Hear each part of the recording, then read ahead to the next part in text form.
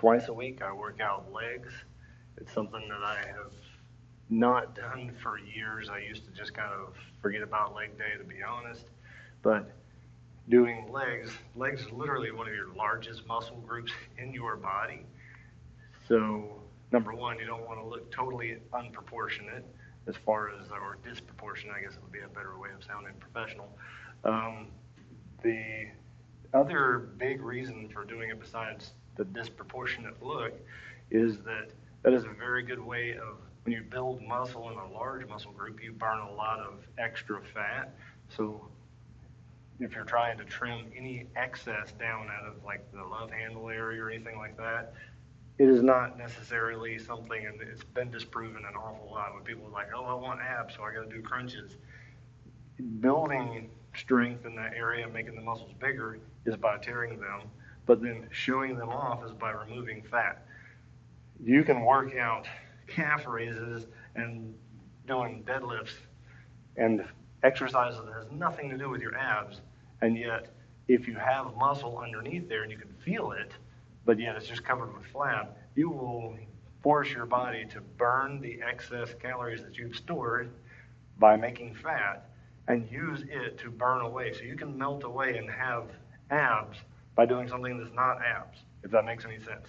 So anyway, this is a leg day. Twice a week I do leg day. Once a week I do heavier weights to try to make the muscles grow.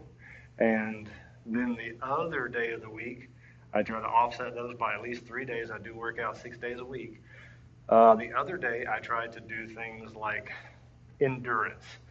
I'm currently doing a challenge right now where it's as many jump squats as possible. I'm in a calisthenic group that tries to do a lot of different little competitions, and I like it. So I'm doing a lot of jump squats, and I'm increasing every week, doing more and more on my way to try to get to 100 jump squats without stopping. I did some of those today. I'll post that portion with this. It's like 2 minutes if you want to fast forward through it instead of watching me stretch myself and skip away.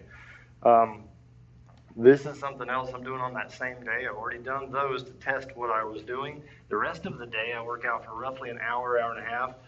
I'm going to do more endurance things. Ride a bike for a little while, really stress myself. Cables. This is what I'm over here to show you. If you're in the gym and you want to use the cables for this, this is on the lighter workout days. There's only 25 pounds on this. You need something that is a soft strap. Don't do anything. This has got a smooth cushion inside here. You want to try to make sure that that's not uncomfortable. Like I said, if you find one of those straps that has good cushion, that's a good idea. Don't get something that's abrasive. It'll only take a little while before that'll rub through your skin there. I go over and just grab something. Now, every gym isn't going to have something set up. A lot of times this in a commercial gym will be a lot higher, so you wouldn't be able to reach it. You can do things like you could take a strap and put it to the higher bars that they'll probably have for pull-ups. You can go over, they'll always have an opposite one, put some weight over here and grab to give yourself some stability. If you put some weight over there to grab it. For me, I just grab these because my home gym stuff is low enough that I can. The important thing is that you get yourself a weight that's you're wanting to try to pull yourself. This is using your abductors on the inside of your thigh in here. So you're doing this. Now you'll see videos showing you to do it just like this, where you pull slightly in front, back out. And that's good. There's absolutely nothing wrong with that. You can get a very good workout of that. Me personally, I try to do a little more core with it. I don't know that this is right or wrong. I just say that it's never hurt. So I do core at the same time.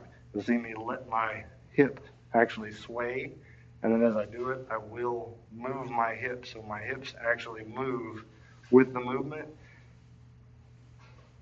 And if you don't do this overly fast, not only do you get a good workout out of the muscles that you're supposed to be engaging, but you also engage a little bit in your hip on the other side and some of your core.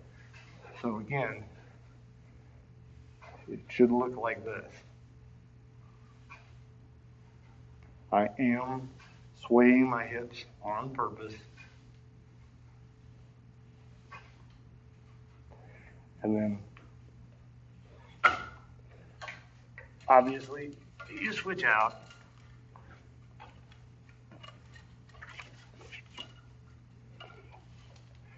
You should do anywhere from 12 to 15 reps. Don't put that as this is not the type of, nothing today do you do with extremely heavy weights. Again, this is 1 day a week on legs. I'll do more endurance and cardio where you're really building up. I'm stretching everything out. I'm making everything as limber as possible, and I'm telling it has to work for a long period of time. The other day of the week is when I work out hard and then stop and rest for 5 minutes and then give myself a whole different type of workout. Again, I'm in the wrong spot.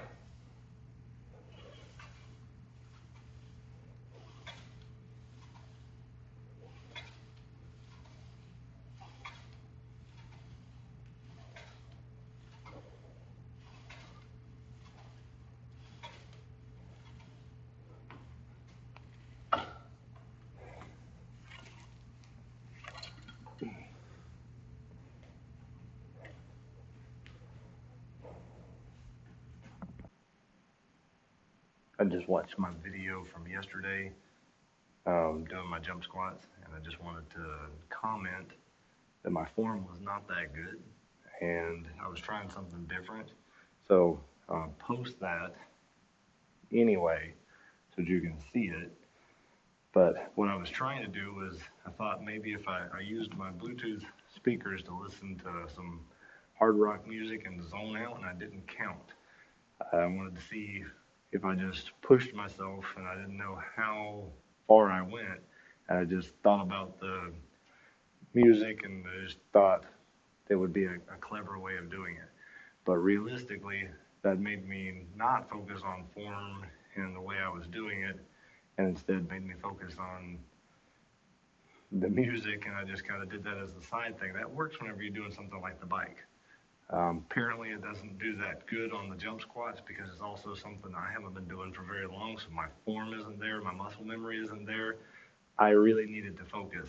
So I just want to let you know that, of course, I'm still experimenting with different things, and that is one of those things that I experimented with. And after watching the video, I realized it was one of the least good form. A lot of times I was going down and my knees were turned in, then you'd see me wobble out to the side. I'd come down as a rough landing. So, learning as I go, I can tell you the jump squat thing is not something that I am a pro at, and I just wanted you to see me telling you that before I did it. I did increase my numbers, which was good because the week prior when I tested, I was at 53. Before that, I was in the 40s. This week, when I went back and counted, it was 59. So, still doing good progress with my training and the way it's moving forward, but in the future, I'm not going to do it listening to music. I'm going to actually count and try to stare at a mirror and do a good job with my form. So you can see that same thing. I'm going to post it anyway, and you can make your judgments and know that I also corrected, and that way you'll know, hey, this is a good idea, and here's the benefits and the drawbacks. It's nice to zone out sometimes, but you can see what happens whenever you don't have the muscle memory and you don't focus.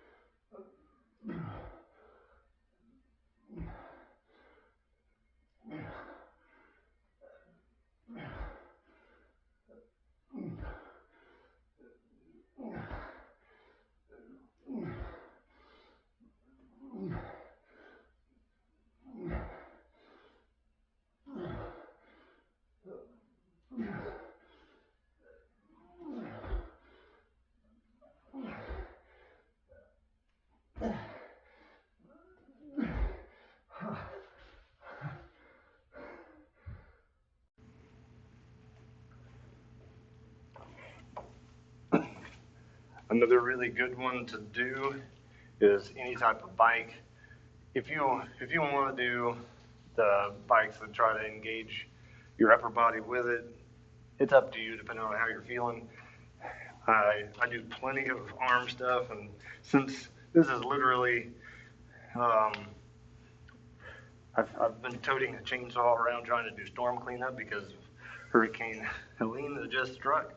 I don't need more arm stuff right this moment. One thing that I'll tell you about on the bikes, you can, a lot of times with like a bike like this, you can adjust how much resistance you put on it. I like to use this as something somewhere in the middle. I'll take my phone, put it here right in front of me, and zone out completely. Either listen to some type of a podcast, or check into stock market stuff, read something, do something that zones you out so that you're not thinking about it. This has absolutely no weight on it. Make sure you bring yourself something to drink, whether it's just, for me, I really like the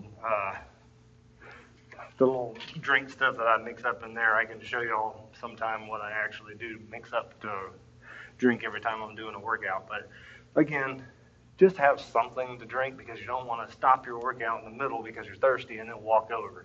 So almost all the bikes will keep something, some little cup holder. Keep that with you and zone out. Give yourself something that's just enough resistance that you start to feel it, but you feel like, oh, I can still do that forever. You obviously can't because after a few minutes you'll really start to feel it, but find something that you zone out with. If you're into sports, check up on all your sports stuff. Whatever it is that you need to do, zone out. I highly encourage, do not think about the workout. Think about whatever is right there in front of you. Check Facebook, check whatever it is you're doing. Watch TikTok videos. Watch other YouTube videos. But I'll do this for 5-10 minutes easy. Literally, I don't time it because it depends on how engaged I am with whatever it is that's got me zoned out. That way I trick my legs into working for a long period of time. So it tells them that sometimes you really have to work for a long period of time.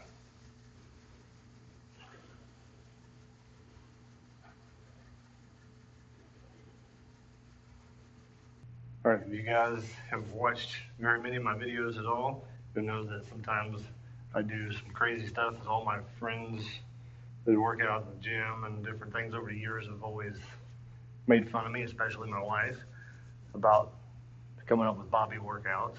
Well, they work. So literally, it's your body. You're just trying to force it to do something. As long as you're not working a joint in a dangerous manner is going to tear a ligament or something that's bad, I always find a way to manipulate some of these movements and do what's good for what I feel is good for me. This is something that on a day like today, I'm not doing heavy weights on my calves, but I do want to engage them. And since I started the morning with doing some of the jump squats, part of the jumping is engaging that thrust for jumping. To give myself a goal for jumping, instead of just jumping in one place, I'll get under a chin-up bar and I'll jump and drop, jump and drop. And if you do this, it makes you have a goal to reach to. If you just happen to stand here and jump, you'll get lazier and lazier and you won't jump quite as high. It's like doing the jump rope thing. This gives you the same thing. It gives you your goal. And I like doing the light workout on my grip strength anyway. So again, it's a good trick to give you a goal to jump to. And if you do enough, you will feel burn in your calves.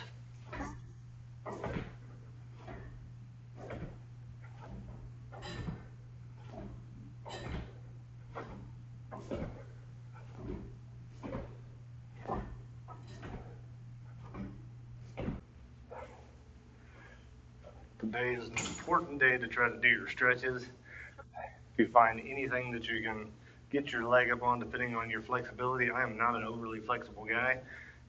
This is uncomfortable at a 90-degree angle, but whatever you can get your leg up to, force yourself to stretch a little extra, like that, really starts to pull right there. It feels like that is beyond my reach, and stretch it out.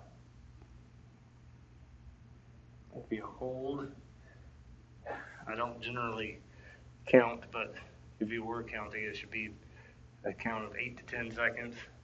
Hold it long enough that it actually starts to do some good.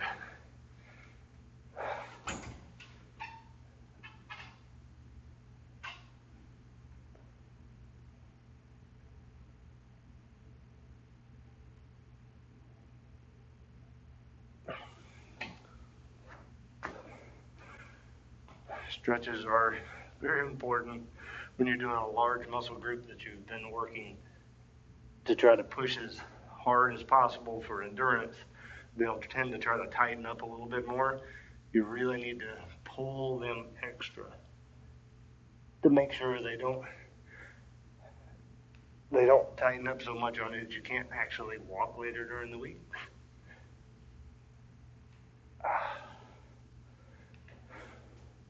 This is when these exercises like this are good, when you pull and you really pull